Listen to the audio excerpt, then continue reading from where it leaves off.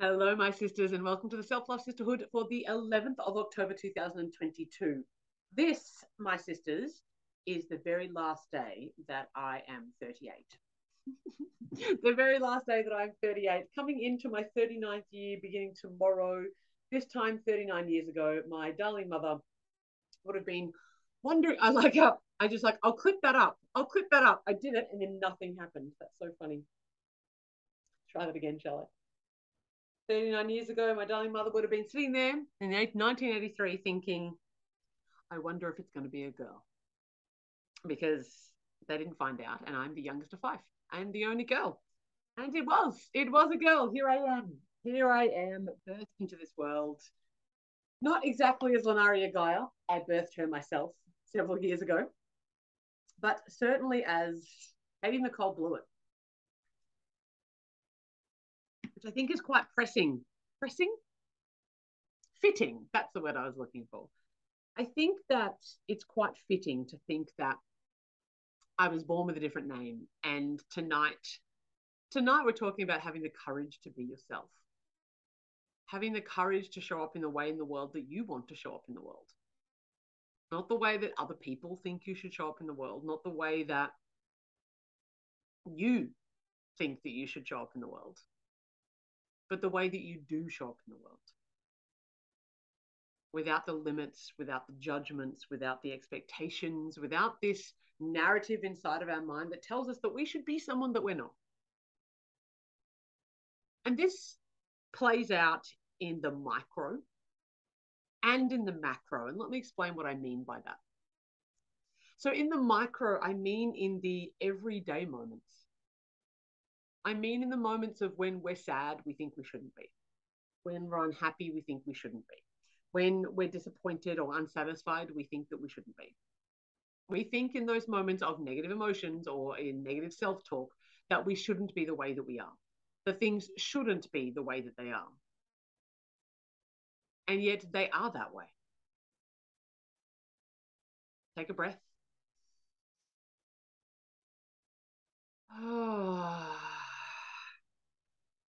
What I want you to understand, what I implore you to ponder within your own sense of self is this, my sisters. What if everything is and was as it should be? Right now, in this moment. The weather, your weight, your relationship with your partner, your money situation, your job situation. What if it was as it needed to be? We spend a hell of a lot of time fighting against what is. We're resisting because we don't like it. We might not like that shitty mood. We might not like that relationship. We don't like that job. We want to have a different body. Whatever it happens to be, we're at war with the present moment, with what is happening right now. It's not to say that it has to stay that way. In fact, in the law of the universe, it will not stay that way. The very law of the universe is that everything changes. Everything does. Things move, things change, things evolve, things become different over time. And that's an interesting segue as well, because very often we resist the change. Maybe you've been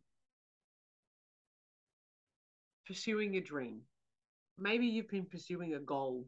Maybe that's to be in a relationship or have a certain body or make a certain amount of money or be in some sort of career. And you've been pursuing that for months, weeks, maybe decades. And in the pursuit of this, it's not lighting you up the way that you thought it might.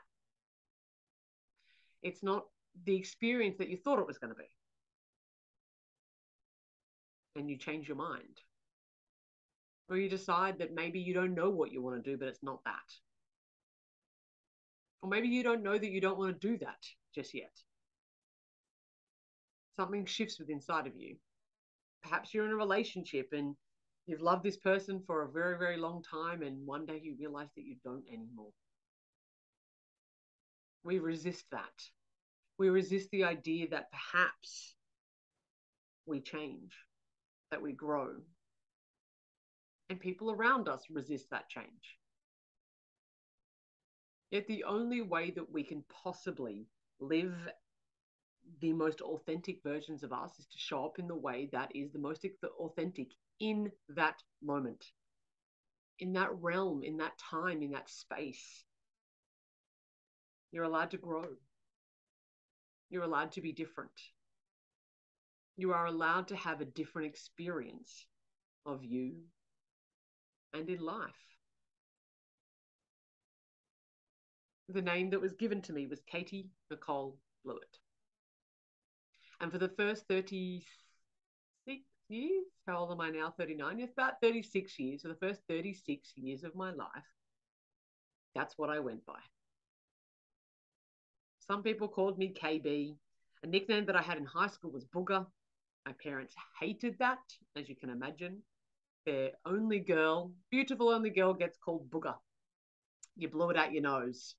That was as a result of someone trying to bully me by calling me Booger as if it was going to insult me. And instead, I turned it in on myself and used it as my nickname. The self-bullying of Katie Nicole Blewett.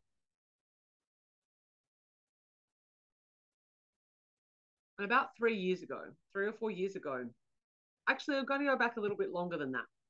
About 6 years ago, I met with a healer to whom I trusted very, very deeply. And we were in a session. And we'd finished the session. We'd been there for 2 hours, lots of crying and shaking and all sorts of stuff. Big healing moment. And as we were leaving the door, like leaving the session and walking out the door, she goes, "Oh, that's not your name, by the way." And as soon as she said that, I went, "I know." It wasn't a surprise to me. I didn't sit there and go, "What? What do you mean? What do you mean that Katie Nicole Blewett isn't my name?" I think the only question that I asked her at the time was just the surname or the first name too, because I knew the surname wasn't mine. She goes, "No, all of it." And I know that that seems random. That one person said one thing to me once 6 years ago, but it planted a seed. I didn't rush around thinking that I needed to change my name. I didn't take on her words on board and think, "Oh my God, I need to do something about it now. What is my real name? What is my real name?" It didn't focus on trying to figure out what my real name was. But in 2019, I was on the verge of leaving my relationship. And I was on the verge of moving from Melbourne, to which I'd lived there for 10 years. I'm going to go back even one step here. In 2018, I traveled to India and I traveled to New York for the second time for a friend of mine's wedding. And on that trip to India, no one knew me. And I'd been toying with names for a little bit then. I was kind of like, what is? And I felt like I wanted to try it out, but it's a bit nerve-wracking because people know who you are, right? For me, I found it nerve-wracking because people knew who I was. They always knew me as my name. And until I sort of settled on a name, I didn't particularly want to change it. So I saw this opportunity. I was going on a tour group and no one knew my name. So I was going to try a new one. And on all the documents, of course, my name, Katie Blewett, was on the list. But I decided that the name that was coming through to me that I really wanted to try on was Divinity. I loved it. I felt very connected to it. I felt like that's what I am. That's what we all are. We are divinity. And so for 2 weeks on the tour, I got outed a couple of times when the tour guide crossed my name off the list, Katie, and I'm like, "It's me, I'm Divinity." And that experience of a couple of weeks, everyone called me Divinity, everyone knew me as Divinity. And I had this experience of realizing that you're allowed to be whoever you want to be. And also at the time, the name Divinity didn't land for me. For me, it felt, even though true, it was presumptuous. It felt almost arrogant. At the time, for me, just in personal preference, it doesn't, there's no judgment on that. It just didn't land fully and completely in who I was. So I returned home. I went to New York for the wedding and everybody called me Katie because that was my name. 12 months later, on the verge of breaking up with my partner, on the verge of changing my life pretty dramatically, actually. I remember I was in the Swiss Alps with my partner at the time of 10 years. And I remember saying to him, hey, if I change my name, would you call me it? Like, how would you feel if I changed my name? What would that be like for you? If I change my name on Facebook right now, what, like, how would you respond to that? And of course, my partner, him and I very rarely called each other by our formal names anyway. It was always my love, my king, my queen, cutie, patootie, whatever it was, always terms of endearment. There was very rarely times we would call each other by our real names. But of course, that's still the truth. If other people start calling me something else. And he, as always, was very supportive of me and said, sure, if you want to be called something else, then you get called something else. And that day, as I lay in a camper van with whatever sparse internet I could get on Google, on Facebook, I changed my name.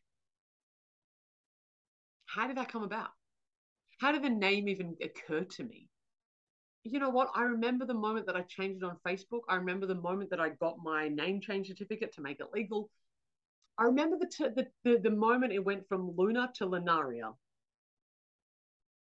And I remember the collection of ideas of how I came to the name Luna Gaia.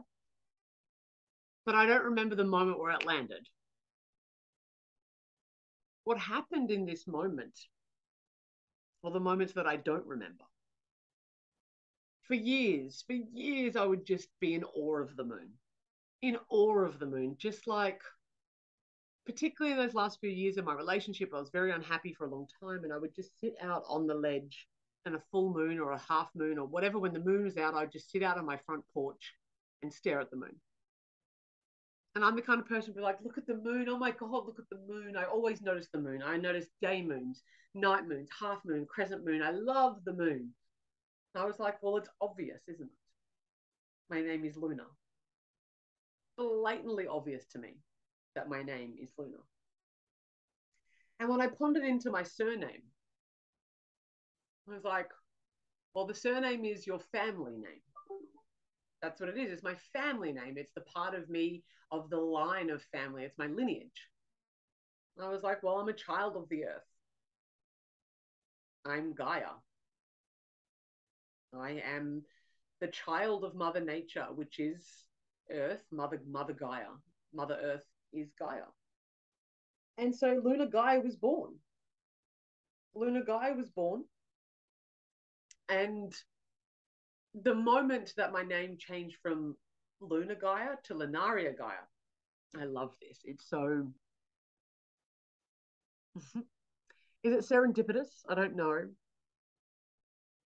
There's a word. Please hold.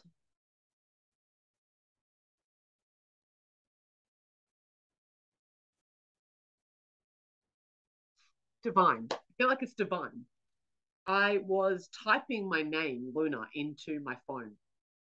Don't know what platform or how, but I was typing it and it auto corrected to Lunaria. Lunaria. And never before had I seen that word. Never had I seen Lunaria. Never had I heard of it. Never had it been anything that was anything. And I was like, Lunaria, oh my gosh, that is a beautiful something. Of course, I had to go find out what it was. So I Googled it immediately.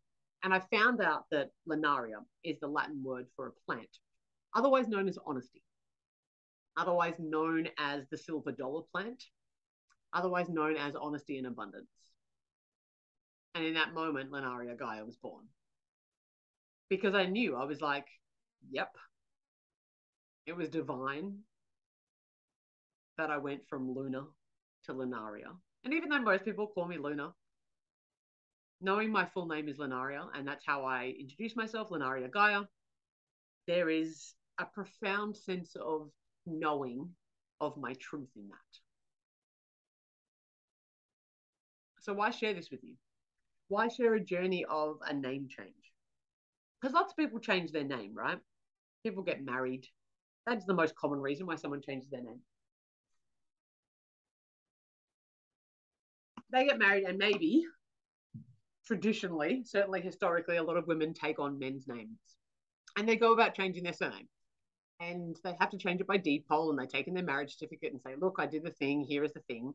And they go about changing their license and their passport and all the bits that they have to do in order to change their name. And so it's really fascinating that I went down a very similar path to change my name legally, to do all the things that I had to do so that I would no longer go to the doctors and they call out Katie Blewett. They called my real name, Lanaria Gaia. And there's a hell of a lot of process in that. People change their name all the time. They don't often change their entire name. From my experience of changing my name, of dealing with government agencies and legal places, you know, all the legalities of things, a lot of people change their surname. They don't often change their first name. And it's a courageous move. Because all of a sudden, I have asked everybody who have called me Katie for 36 years to now call me Luna. Everybody. Obviously, new people don't know any different. Most of you, there are some people in this container, at least one that I can think of off the top of my head, that met me before I was Lanaria Gaia. A couple of you probably followed me on social media before I was Luna and may have seen that change occur. But for the people who've known me for a long time, it was difficult for people. And it was interesting. People would often say things to me like, but is it legal? That was a big one I got all the time. In those first 12 months, people asked me a lot whether or not it was legal. And I didn't legally change my name for about 12 months because I wanted to know that I was sure, right? I wanted to know that I didn't want to go back to being Katie Blewett, that I didn't want to move back into that space, that I suppose I was checking in with myself, but it wasn't just a phase. And I felt like 12 months, I know myself well enough by now to know whether or not that was true, but I just thought I'd give it 12 months, which is what I did. And when people would say to me, is it legal? And I knew it wasn't at the time. I would say to them, it's what my mother calls me. Because if the person who gave me my name can call me my new name, then so can you. But I had this enormous amount of pushback. I had lots of people not necessarily say to me, I won't call you that name, but like confused, strange, I don't understand. Why are you doing that? Explain, like maybe wanting to know about the name itself. But even now, people will say to me, people guess that my name wasn't given to me, that I gave it to myself because it's so unusual. Because, I had a doctor once when I was pregnant say, we were in a clinic and I had the same doctor that we would see every single time we went to the clinic because I'm a type 1 diabetic and we're in a high needs ward, and we would go to the same, even in public, we'd go to the same obstetrician every time. I'd go to the same diabetic doctor every time. And this one day we're in the clinic and a different obstetrician calls my name. Goes, Lanaria Gaia. And I was like, yeah, that's me. And I'm like, hey, thank you. Nice to see you. We normally see Dr. Blah, blah. And he's like, yeah, I just saw your hippie name and thought I have to talk to you. And so this happens from time to time. People see my name and make assumptions that I must be a hippie. They make assumptions that I am self-appointed, all that kind of stuff, right? None of which bothers me. The reason I'm sharing the depth of this with you is that the courage to be ourselves means that at times it is going to make other people uncomfortable. My dad still to this day, and it's been, 3 years, he will interchange between Katie and Luna. And he says that he forgets. Whereas my 93-year-old grandmother, before she died, God bless her cotton socks, 99% of the time she would remember. She would say, this is my granddaughter, Luna. It's a 93-year-old woman. Now, I don't get offended. I don't get upset either way because I know who I am. And when somebody uses a name like Katie, it's not my name. In the same way that someone accidentally called you Denise when your name is Deborah, you may not necessarily get upset about that. You will just correct them.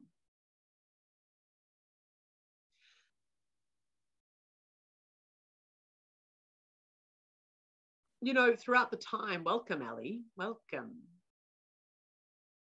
Throughout the time of having that level of courage to be ourselves, for me, that really played out with the name change, with the change of my name, when I all of a sudden made other people feel more uncomfortable because now they have to change. In order for me to change my name, other people had to change. Very often in changes in your life, there is an undertone of other people having to change. It's part of the reason why people don't like you changing, is because they know they're probably going to have to in some way, shape, or form. Now, the other person only has to change by calling me something different, but they have to think about that. They have to be conscious about that. They have to change the way that they've always called me and referred to me into something new. And a dear friend of mine for a considerable amount of time, actually, with her ex-husband, when she was talking about me, she found it too complicated, so she just referred to my old name. But then the problem is, if I'm ever around that person, then he's calling me my old name. Now, again, like I said before, I'm not offended by this. I'm not upset by this. It's not something that I think everybody must bow down to me and do the thing. No, I don't see it that way at all. It's just incorrect. And that courage to be the one that's disruptive. I'm disrupting people's lives. When my family then talks about me to other people, they have to remember. And obviously 3 years down the track now, they remember most of the time. It's not unusual anymore. But at the time it was, my close friends, my family, people who knew me. Now all of a sudden, even today I needed to send through some documents to a new provider that I'm working with. And all of my certificates are in my old name. So every time I have to associate the certificates with my name change certificate to be able to say, actually, this is still me. Why is that courageous? Why is deciding who you want to be courageous? Because it can disrupt other people. And as people pleasers, we have a habit of wanting to make other people more comfortable over ourselves. When we make changes, just say you all of a sudden want to be a vegan. You've been doing your research, you have a look into it, you have a family that you've always eaten meat around, and now you want to be vegan. Now you feel as though your highest way of eating is going to be veganism. So now in your household, things have to change, irrelevant of whether or not the people in your household want to be vegan or not, irrelevant of whether or not you have strict rules. If you don't have strict rules saying, of course you guys can still eat meat, I'm just not going to. Or maybe I'll prepare meat for you, but I'm not going to eat it. There is still a shift in the air. When you go on the path of self-discovery, when you take the courageous act to be more of yourself than you ever have before, it actually forces other people to do some reflecting. Why do we say that? Don't rock the boat. Don't upset the apple cart. We have these terms that we use because the boat is sailing along just fine. If you decide to stand up and walk over there because that's your truth, that's going to upset the boat. If you decide that you don't want to be an apple cart anymore, so you take your wheel off, all the apples are going to go everywhere. Some changes don't impact people all that much. But other changes are significant in our life. Just say, as I said, veganism, an example. Just say all of a sudden, you want to take up smoking. I don't know why you'd want to take up smoking, but it's not for me to judge. If you want to make a change and you want to take up smoking, that's going to impact people around you. It's going to change things about people around you, the way that you hang, who you hang out with and what you do. And so that courage, I'm going to come back to the pink zebra. I'm going to come back to remind everybody that we are herd creatures. Yeah. That even though we have intellectually found our way to pretty well the top of the food chain, like we control stuff, we aren't threatened by most things most of the time. We are pretty much at the top of the food chain intellectually. But if you took away that, if we were mano a mano, up against nature, animals, the weather, and obviously we were at some point in time when we got here. But it's pretty likely that out there in the wilderness, most of us, unless you are trained in it, wouldn't survive. At least not for very long. We'd probably start killing each other. We'd probably get killed by animals themselves, maybe less in Australia, not necessarily by bears attacking us, but certainly by by snakes and spiders and maybe boxing kangaroos. Who knows? We are herd creatures. And humans particularly, well, we're saying that is that we are prey animals. Not necessarily predators. We are now, I believe, but if you have a look at the way that we have lived, we are in a pack. And yes, packs can be predatory, like wolves. Absolutely, packs can be predatory. When we think about us, we have been more like prey than we have like predators. And even though that's evolved and changed, because now we kill and hunt and do all those kind of stuff, we are still, I want to say biological, but there's another word that I'm looking for.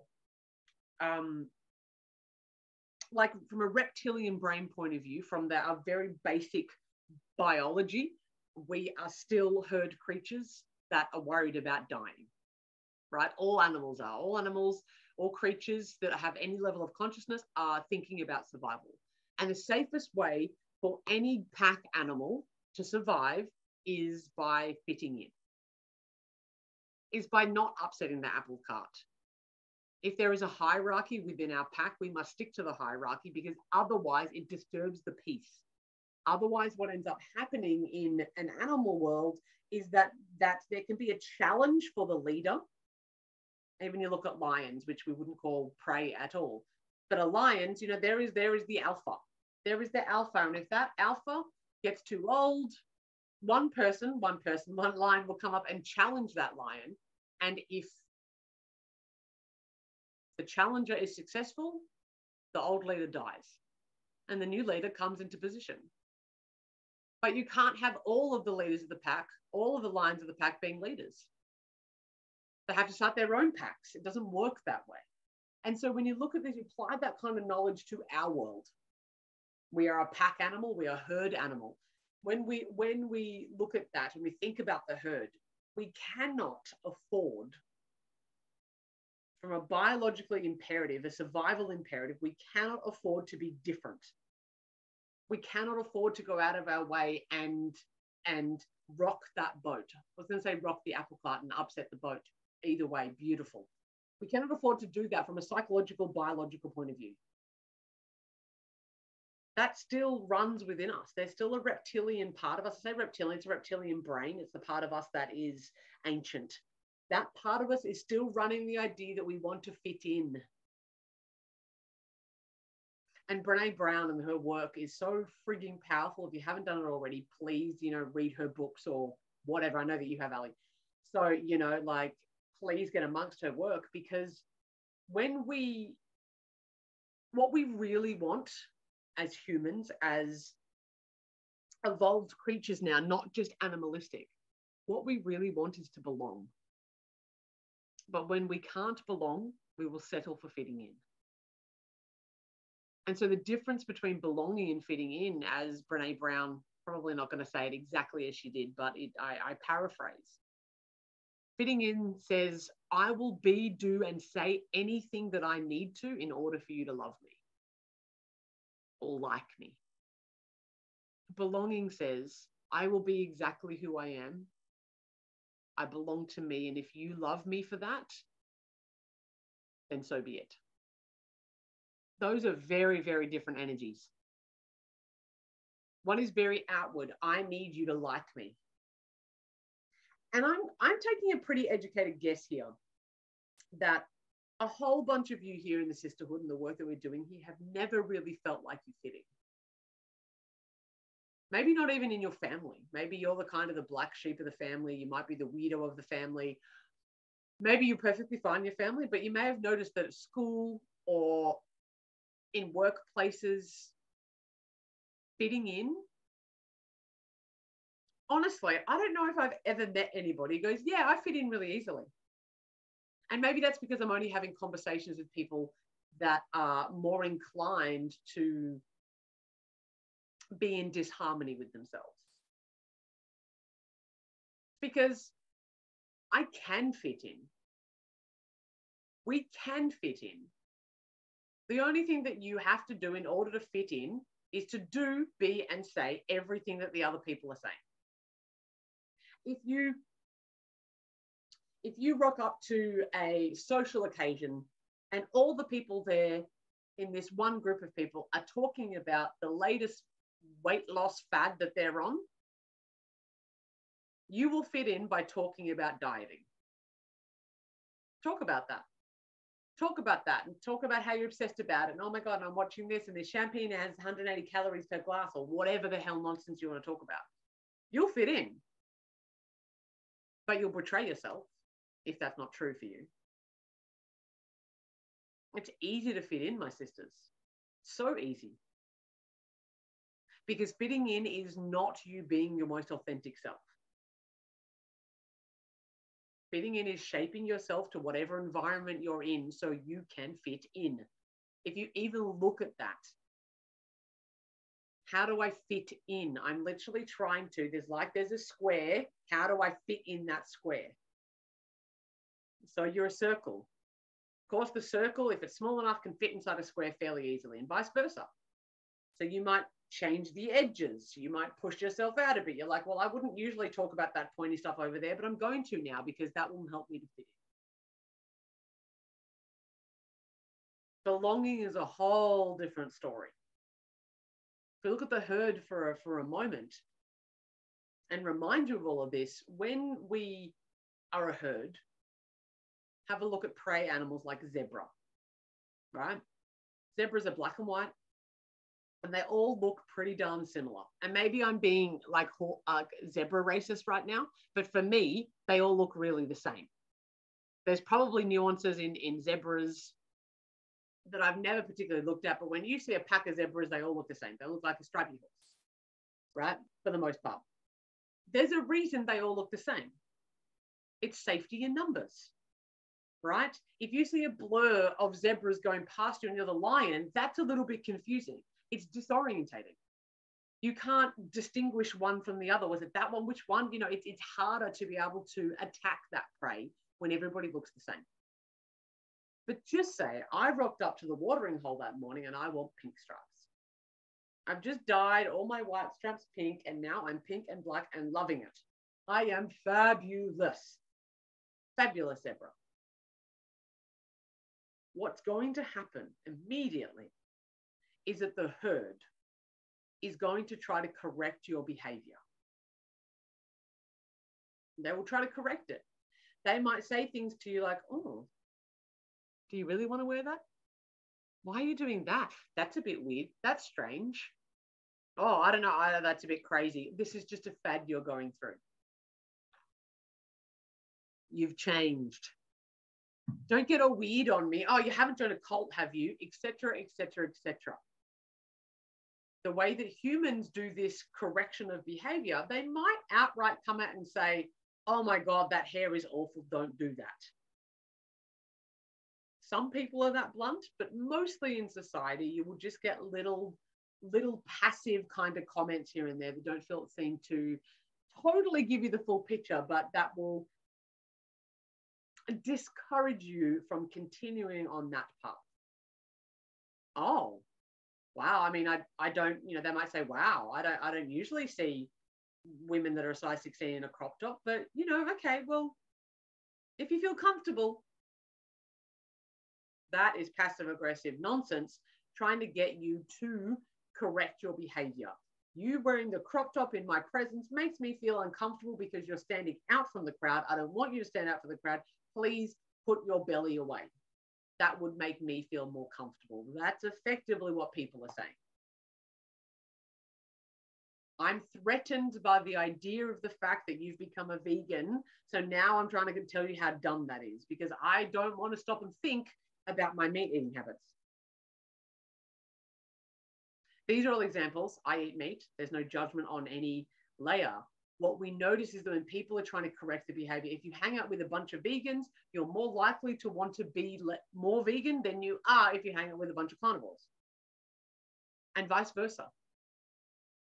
to go against the grain, to not conform to the herd mentality is a very, very, very difficult thing to do.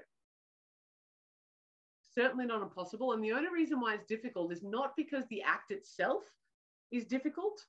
It's that there's a level of peer pressure. There's a level of cultural pressure that happens. And I'll give you a, what might seem like a trite example. I was driving to country Victoria over the weekend for the Seven Sisters Festival. Yay, thank you for everyone who was there and beautiful and all the things.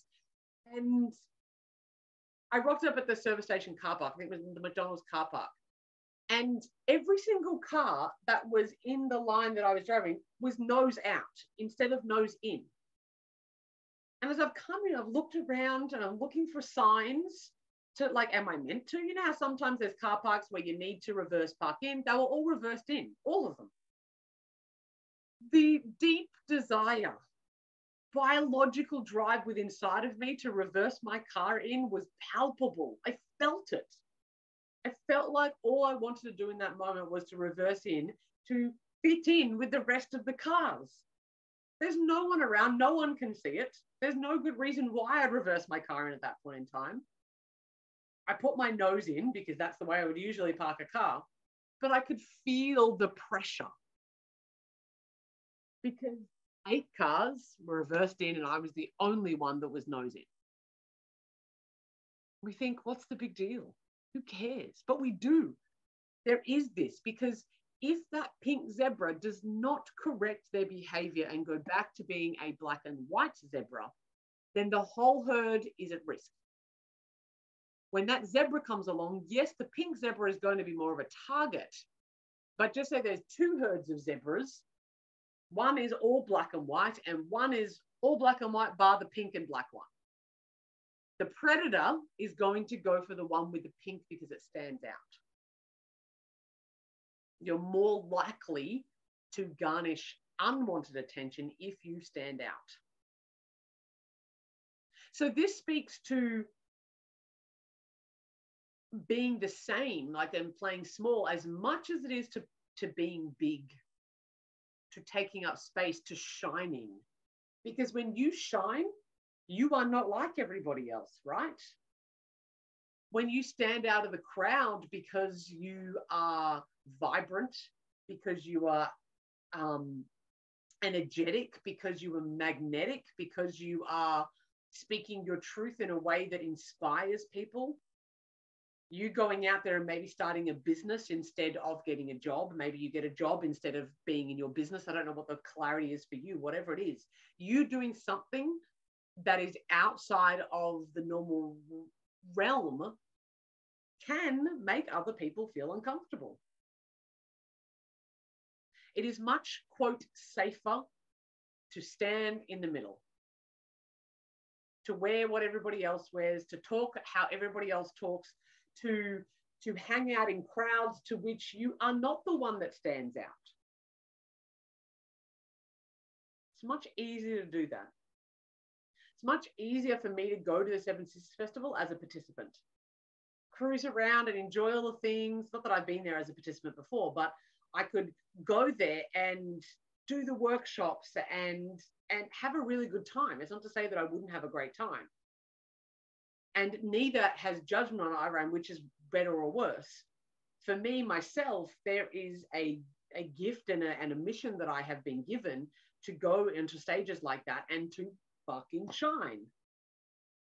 Which also means that as I'm walking through the festival, people are stopping me, people know me, people have conversations with me, right? It's fantastic.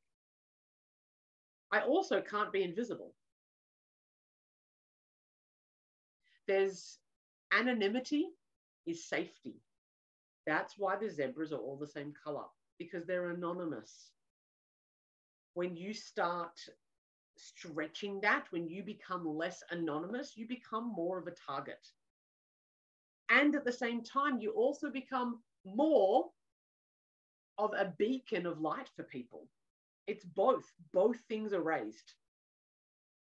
That beautiful quote that says,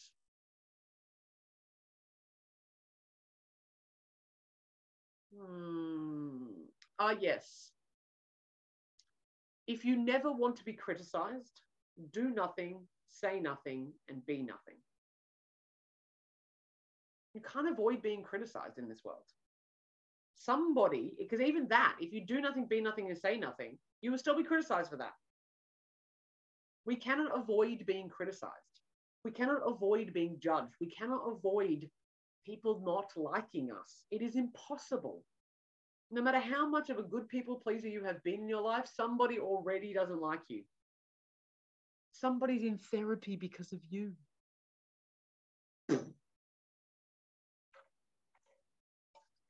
Well, they will be soon. You know, like you are the villain in someone else's story.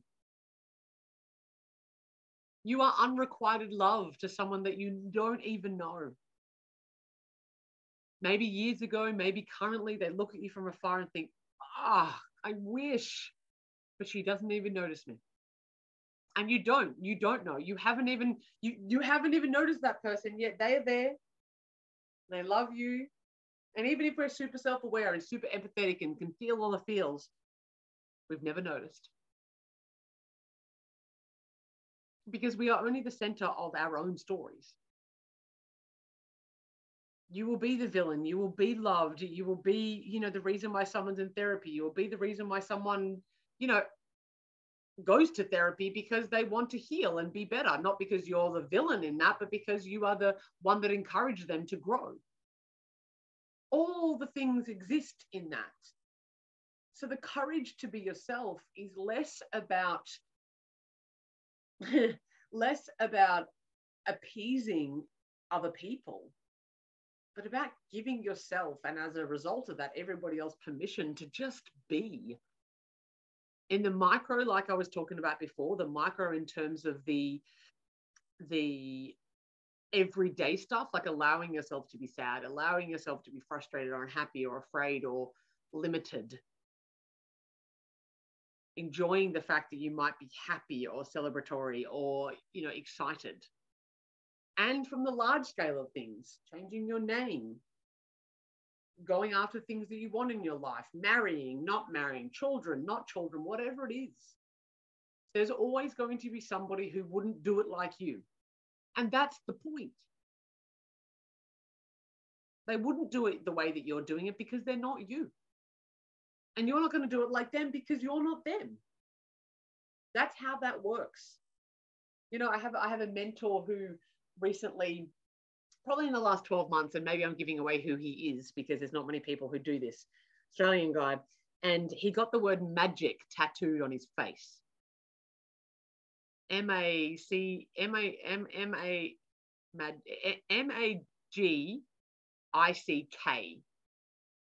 He calls himself a magician. He's a bit of a wizard. And then he went and got himself a gold tooth. He went and got himself a gold tooth. And, it's like, I have no desire to get a face tattoo. I have no desire to get a gold tooth. I don't think I would probably ever do those things. Maybe, never say never, but I don't think I would ever do those things. But that's because I'm not him. It's because that's not my life. And whether or not I agree with that is actually pretty irrelevant. It's entirely irrelevant, actually, because he's not existing for me. He's existing for him. You're existing for you, and I'm existing for me. And so you get to express yourself however you want to in this life.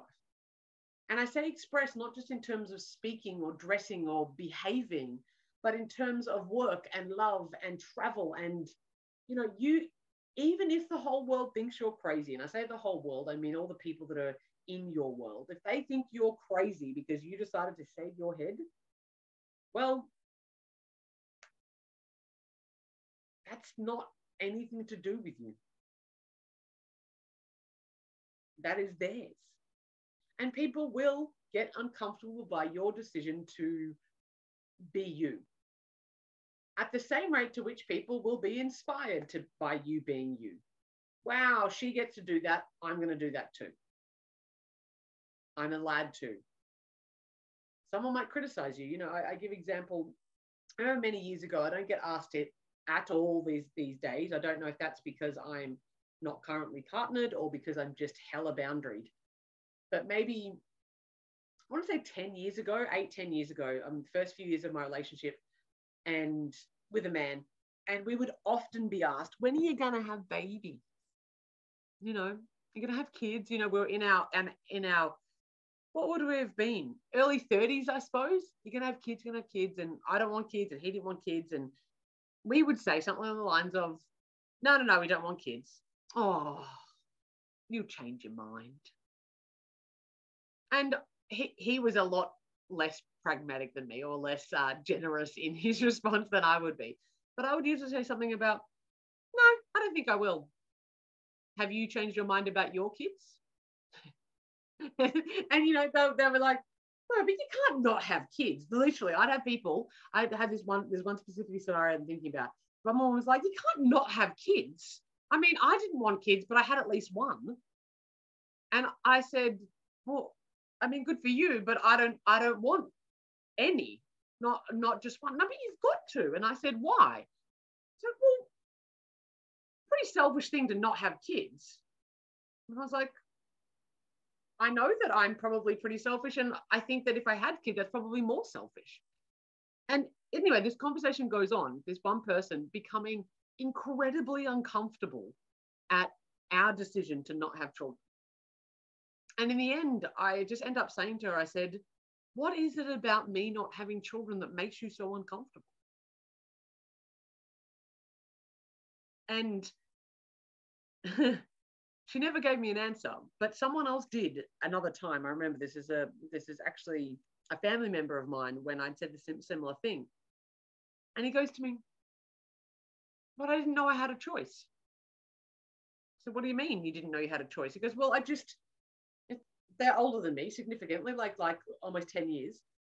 Said, well, I just left school and I got a job and I've met someone and I got married and I had kids.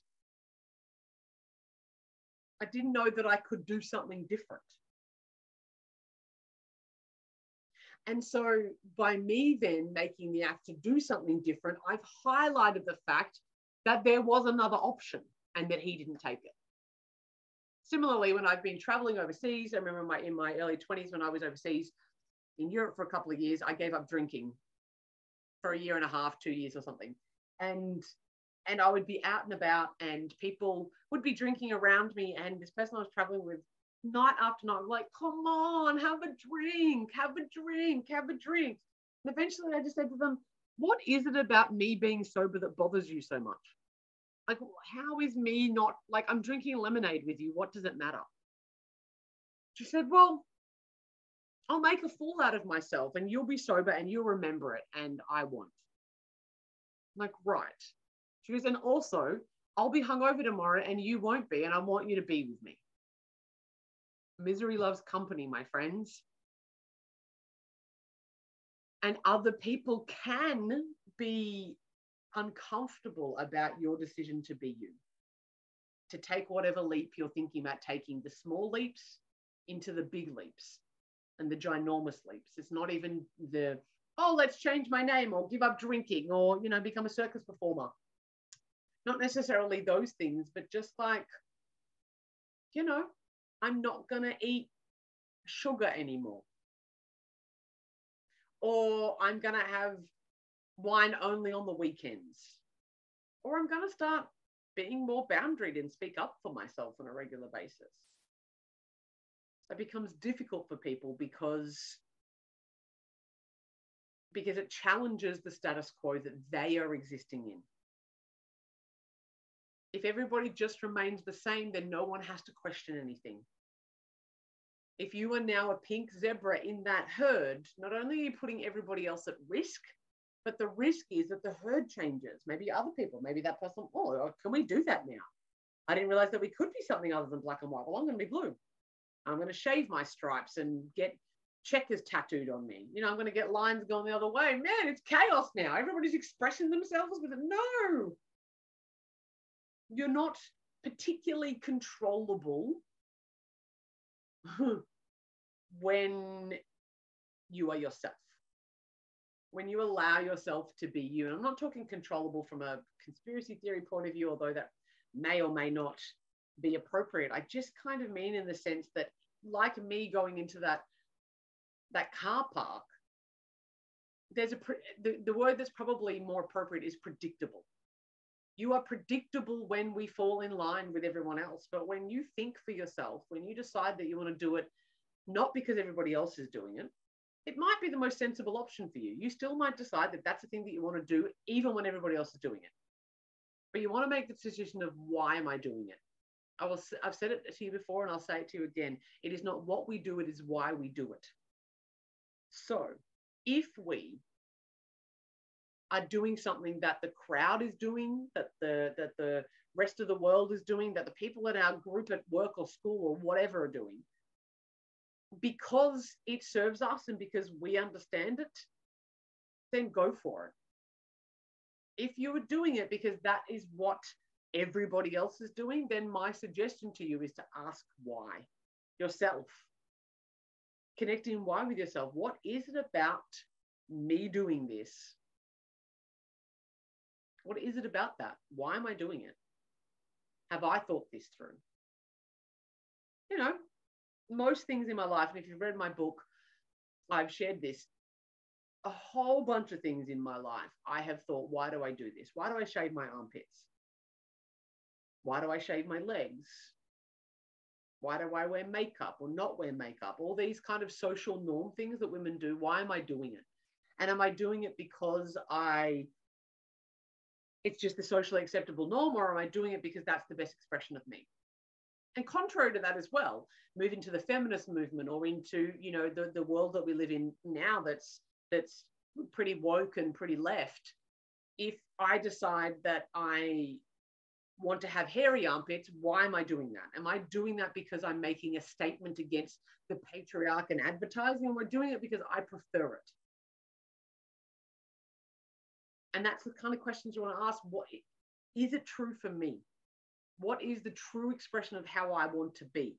And the thing that I pretty well want to leave you with is that that's fluid. I want you to know that expression and the way that we live our lives can be fluid. Like I said in the beginning, if you have been working towards one thing for many, many years of your life, be that marriage or children or you know, career, a hobby or whatever, and you decide that that's no longer the path that you want to take, it's okay to change your mind. I recommend sticking around for things for, I mean, how long is a piece of string? I remember someone once asking me about moving. If you move a place, you've got to give it at least, well, they said 6 months. I reckon at least a year. When you break up, when you make changes, there's a 12 months. If you've spent 12 months, if you've gone that full rotation, you've done all the birthdays, all the holidays, if you've done all the seasons, then you get an idea and a real sense of a place. Obviously, if you're miserable as anything, then, you know, change your mind, go for it. To get a real idea, you know, change is always going to be more difficult in the beginning.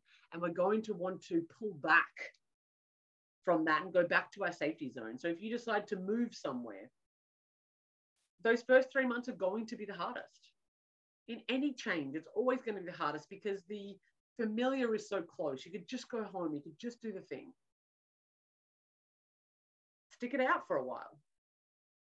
And if you've stuck it out for a while and you go, you know what, just this isn't for me, then please make another decision.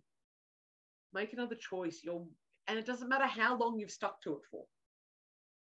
It doesn't matter. You get to decide to be exactly who you are in this moment, and whatever that means, however that comes.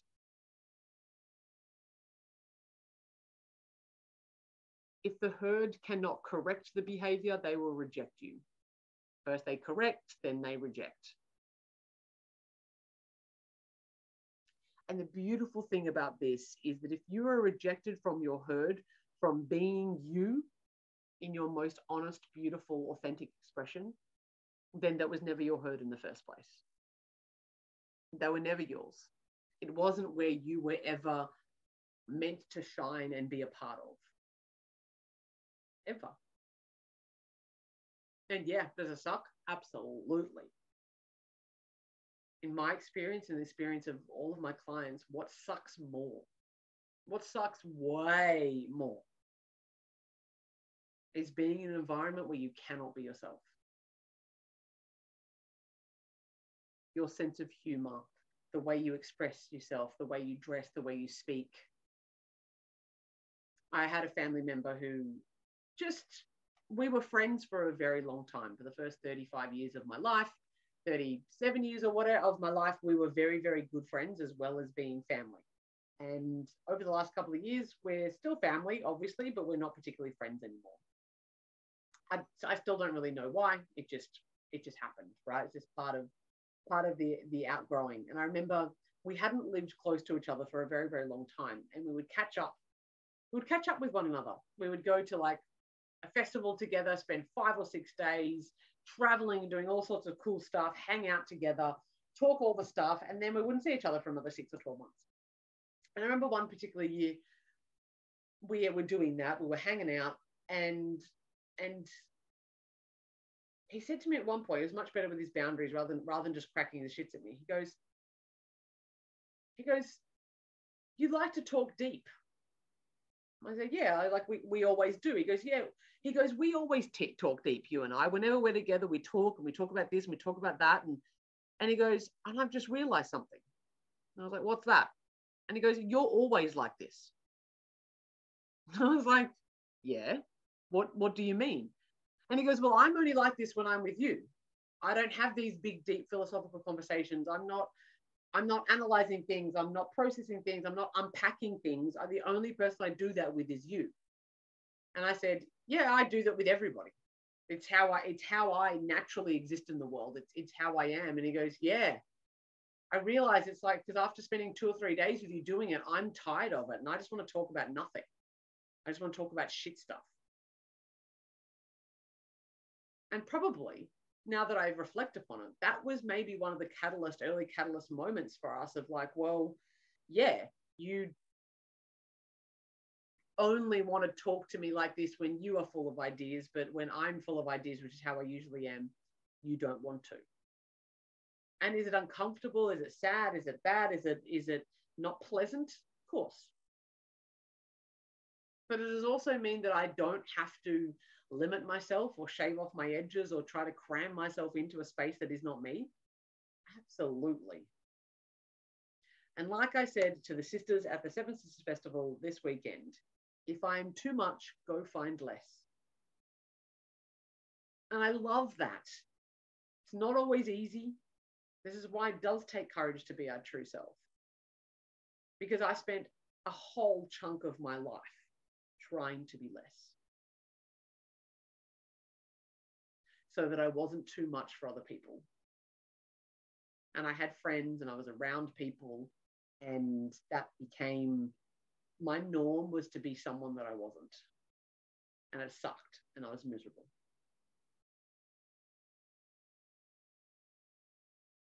To be yourself takes courage. Because of those factors, because of the herd, because of the possible rejection. But when you're rejected by those who cannot handle you, you will find who can. And that is wonderfully liberating. So I leave that with you. On the last day of my 38th year, I leave you with the idea that you can be whoever you want to be and however you want to be in this world. Not everyone's going to like it, but they don't have to. Because at the end of the day, it's you with you.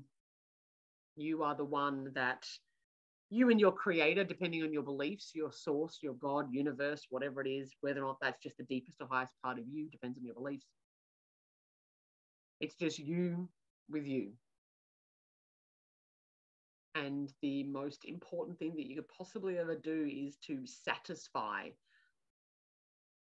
your desire to express yourself in the way that you want to. However that comes on any given day. Big love to everyone watching the recording. Thank you, Ali, for hanging out for the last half an hour, 40 minutes or so. It's been an absolute pleasure.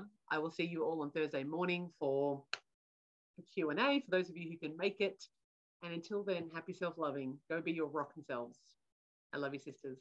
Good night.